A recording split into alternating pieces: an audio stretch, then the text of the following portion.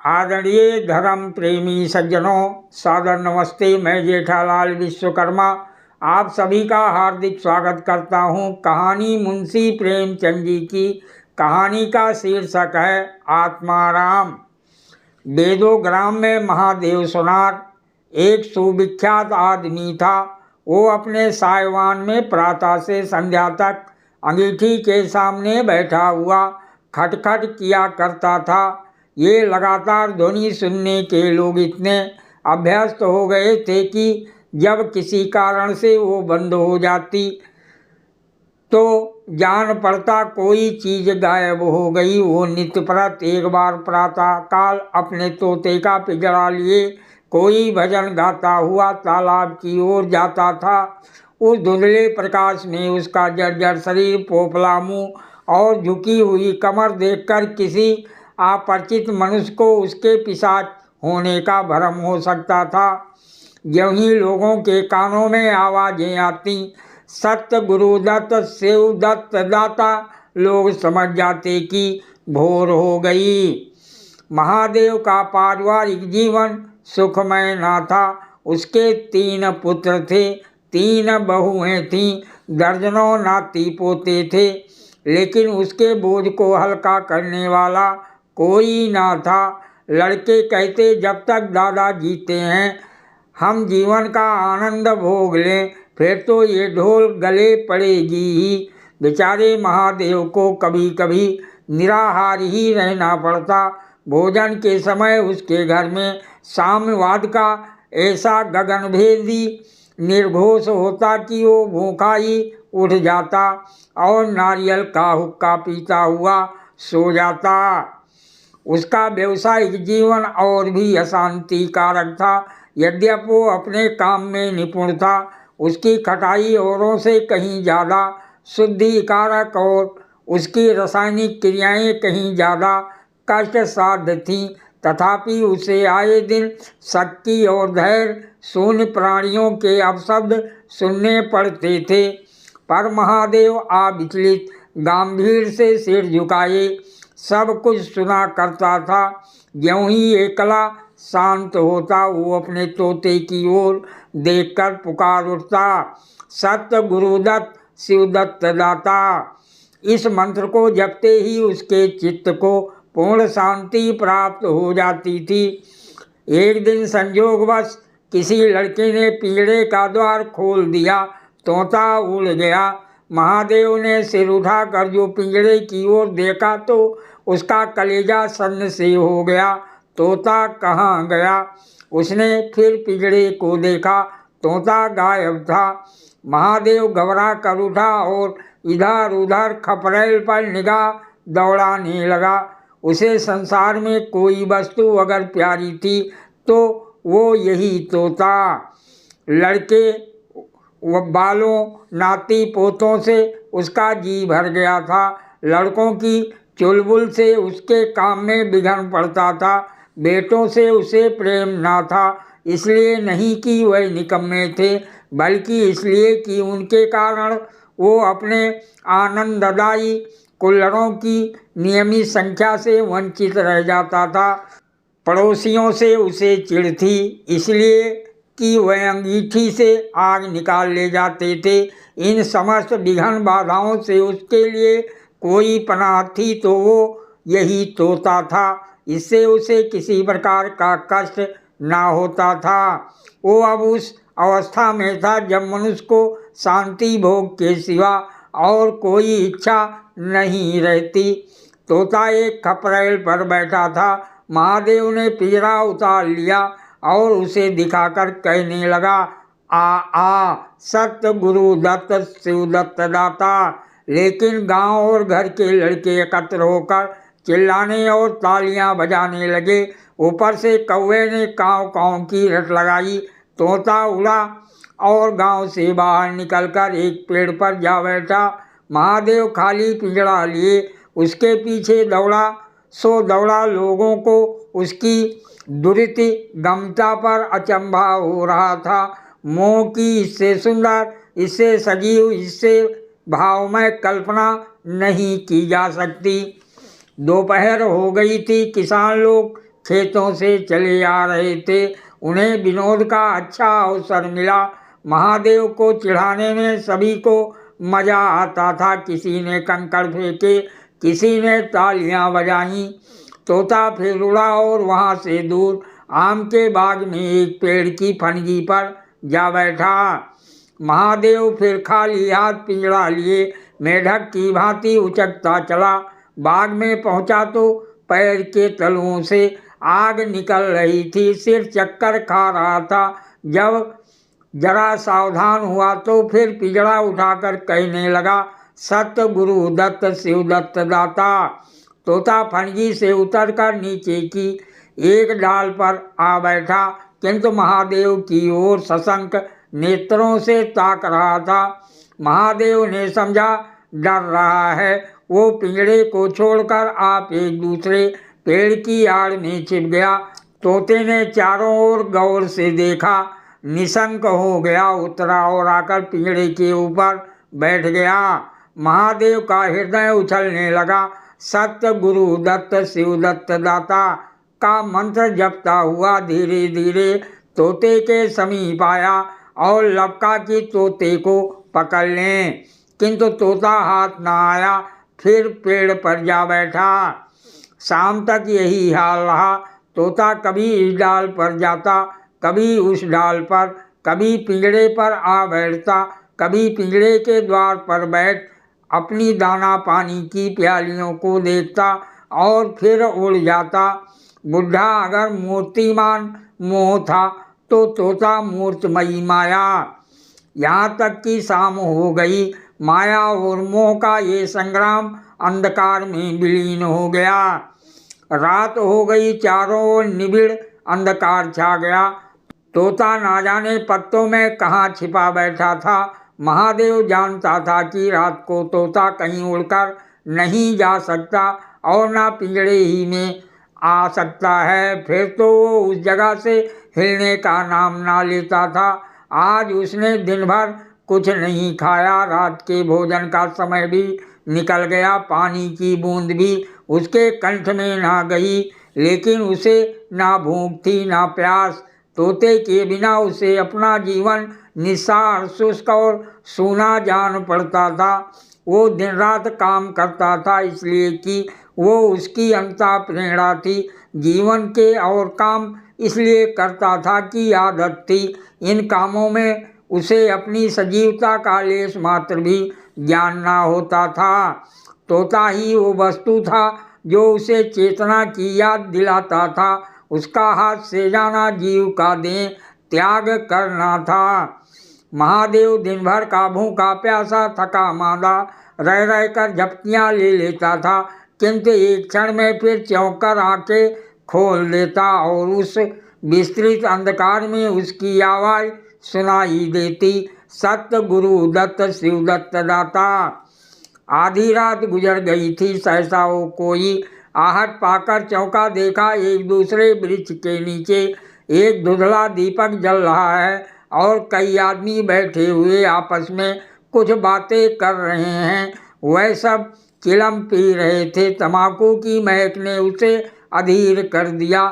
उच्च स्वर से बोला, सत्य गुरु दत्त शिव दत्त दाता, और उन आदमियों की ओर चिलम पीने चला गया। किंतु जिस प्रकार बंदूक की आवाज़ सुनते ही हिरन भाग जाते हैं, उसी प्रकार उसे आते देख सब के सब उठ कर भागे। कोई इधर गया, कोई उधर। महादेव चिल्लाने लगा, ठहरो ठहरो। एकाएक उसे ध्यान आ गया, ये सब चोर हैं। वो जोर से चिल्ला उठा, चोर चोर, पकड़ो पकड़ो। चोरों ने पीछे फिर कर ना देखा। महादेव दीपक के पास गया जो मोर्चे से काला हो रहा था। महादेव का हृदय उछलने लगा। उसने कलसे में हाथ डाला तो मोहरें थीं। उसने एक मोहर बाहर निकाली और दीपक के उजाले में देखा, हाँ मोहर थी। उसने तुरंत कलसा उठा लिया, फिर दीपक बुझा दिया और पेड़ के नीचे छिपकर बैठा रहा। से चोर बन गया। उसे फिर शंका हुई, ऐसा ना हो चोर लौट आएं और मुझे अकेला देखकर मोहरे छीन लें। उसने कुछ मोहरें कमर में बांधी, फिर एक सूखी लकड़ी से जमीन की मिट्टी हटाकर कई गड्ढे बनाए, उन्हें मोहरों से भरकर मिट्टी से ढक दिया।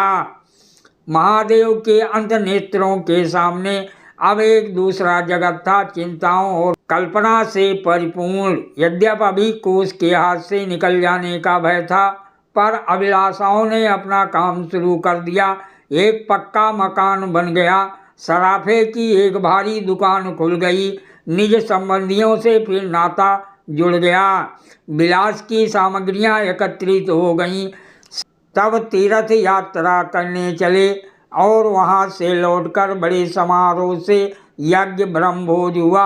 इसके पश्चात एक शिवालय और कुआं बन गया, एक बाग भी लग गया और वो नित्यप्रत कथा पुराण सुनने लगा। साधु संतों का आदर सत्कार होने लगा। अकस्मात उसे ध्यान आया, कहीं चोर आ जाएं तो मैं भागूंगा क्यों कर। उसने परीक्षा करने के लिए कलसा उठाया और 200 पग तक बेतहाशा भागा हुआ चला गया। जान पड़ता था उसके पैरों में पर लग गए हैं। चिंता शांत हो गई। इन्हीं कल्पनाओं में रात व्यतीत हो गई।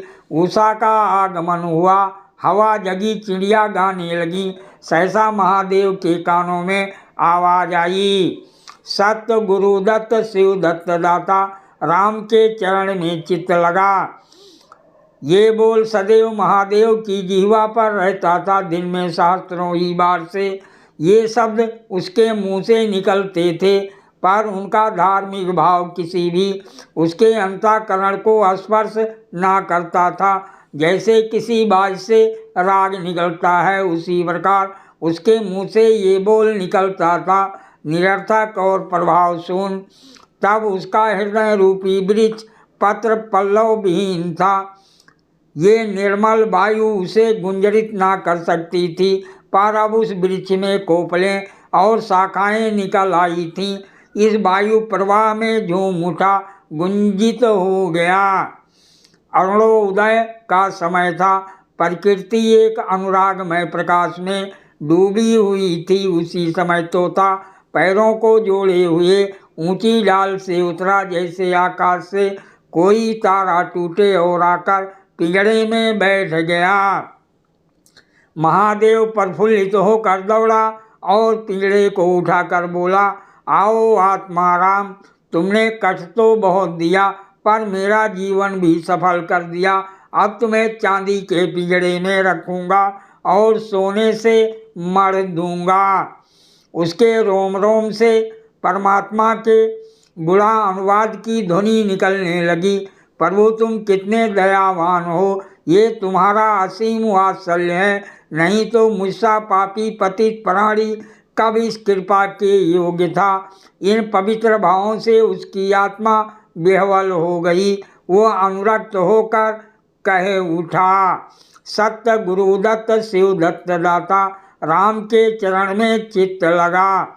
उसने एक हाथ में पिंजड़ा लटकाया, बगल में कलसा दबाया और घर चला। महादेव घर पहुंचा तो अभी कुछ अंधेरा था। रास्ते में एक कुत्ते के सिवा और किसी से भेंट ना हुई और कुत्ते को मोहरों से विशेष प्रेम ना था। उसने कलसे को एक नाद में छिपा दिया और उसे कोयले से अच्छी तरह ढककर अपनी कोठरी में रखाया। जब दिन निकल आया तो वो सीधे पुरोहित के घर पहुंचा। पुरोहित पूजा पर बैठे सोच रहे थे, कल ही मुकदमे की पेशी है और अभी तक हाथ में कौड़ी भी नहीं, जजमानों में कोई सांस भी नहीं लेता। इतने में महादेव ने पालागन की। पंडित जी ने मुंह फेर लिया। ये अमंगल मूर्ति कहाँ से आ पहुंची मालूम नहीं, दाना भी मौसर होगा या नहीं। पंडित जी ने रुष्ट होकर पूछा, क्या है जी, क्या कहते हो, जानते नहीं हम इस समय पूजा पर रहते हैं। महादेव ने कहा, महाराज आज मेरे यहाँ सत्यनारायण की कथा है। पुरोहित जी विस्मित हो गए, कानों पर विश्वास न हुआ। महादेव के घर कथा का होना उतनी ही असाधारण घटना थी जितनी अपने घर से किसी भिखारी के लिए भीख निकालना। पूछा आज क्या है? महादेव बोला कुछ नहीं, ऐसी इच्छा हुई कि आज भगवान की कथा सुन लूं। प्रभात ही से तैयारी होने लगी। वेदों के निकटवर्ती गांव में सुपारी फिरी। कथा के उपरांत भोज का भी न्योता था। जो सुनता आश्चर्य करता, आज रेत में दूब कैसे जमी। संध्या समय जब सब लोग जमा हुए और पंडित जी अपने सिंहासन पर विराजमान हुए तो महादेव खड़ा होकर उच्च स्वर में बोला, भाइयों, मेरी सारी उम्र छल कपट में कट गई। मैंने ना जाने कितने आदमियों को दगा दी, कितने खरे को खोटा कहा, पर अब भगवान ने मुझ पर दया की है। वो मेरे मुंह की काली को मिटाना चाहते हैं।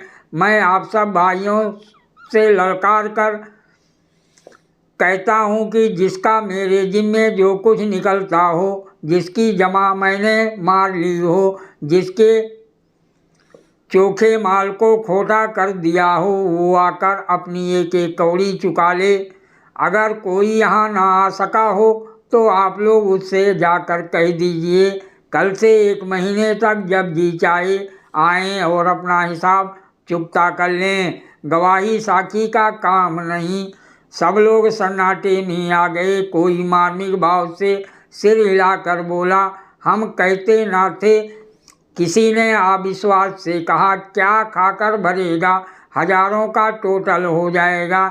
एक ठाकुर ने ठिठोली की और जो लोग सुरधाम चले गए। महादेव ने उत्तर दिया, उसके घर वाले तो होंगे, किंतु इस समय लोगों को वसूली की इतनी इच्छा ना थी जितनी ये जानने की कि इसे इतना धन मिल कहाँ से गया। किसी को महादेव के पास आने का साहस ना हुआ। देहात के आदमी थे, गड़े मुर्दे उखाड़ना क्या जाने। फिर पराया लोगों को याद भी ना था कि उन्हें महादेव से क्या पाना है, और ऐसे पवित्र अवसर पर भूल चूक हो जाने का भय उनका मुंह बंद किए हुए था। सबसे बड़ी बात ये थी कि महादेव की साधुता ने उन्हें वशीभूत कर लिया था। अचानक पुरोहित जी बोले, तुम्हें याद है मैंने एक कंठा बनाने के लिए सोना दिया था, तुमने कई मासे तौल में उड़ा दिए थे। महादेव बोला, हाँ याद है। आपका कितना नुकसान हुआ होगा? पुरोहित ने कहा, 50 रुपये से कम ना होगा।